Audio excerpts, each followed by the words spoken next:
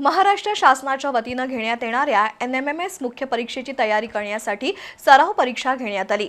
ही परीक्षा पन्हाळा तालुक्यातील पणोरे इथल्या धडपड फाउंडेशन आणि धामणी टास्क फोर्स यांच्या वतीनं घेण्यात आली।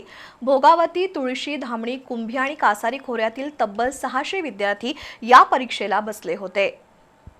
महाराष्ट्र शासनाच्या वतीनं 3 वर्षांपासून 8वी मध्ये शिकणाऱ्या विद्यार्थ्यांसाठी NMMS परीक्षा घेतली जाते। या परीक्षेतील गुणवंत विद्यार्थ्यांना 48,000ची शिष्यवृत्ती दिली जाते।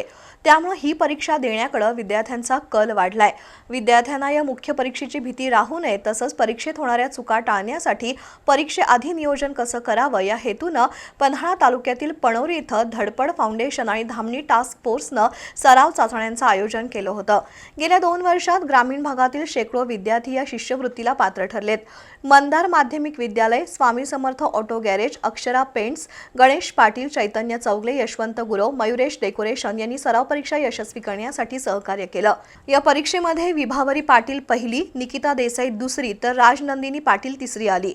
दरम्यान नायब तहसीलदार रवींद्र मोरे यांनी विद्यार्थ्यांना मार्गदर्शन केलं। अंतिम परीक्षेत प्रथम 3 येणाऱ्या विद्यार्थ्यांना कोल्हापूर ते मुंबई विमान प्रवास घडवणार असल्याचं बी न्यूजचे पन्हाळा प्रतिनिधी विक्रम पाटील यांनी सांगितलं। यावेळी धामणी टास्कचे संस्थापक विलास पाटील, सचिन पाटील, धडपड फाउंडेशनचे संदीप कदम, बाजीराव चौगले, तानाजी मसूरकर, श्रीकांत यादव, संभाजी चौगले यांच्यासह विद्यार्थी उपस्थित होते।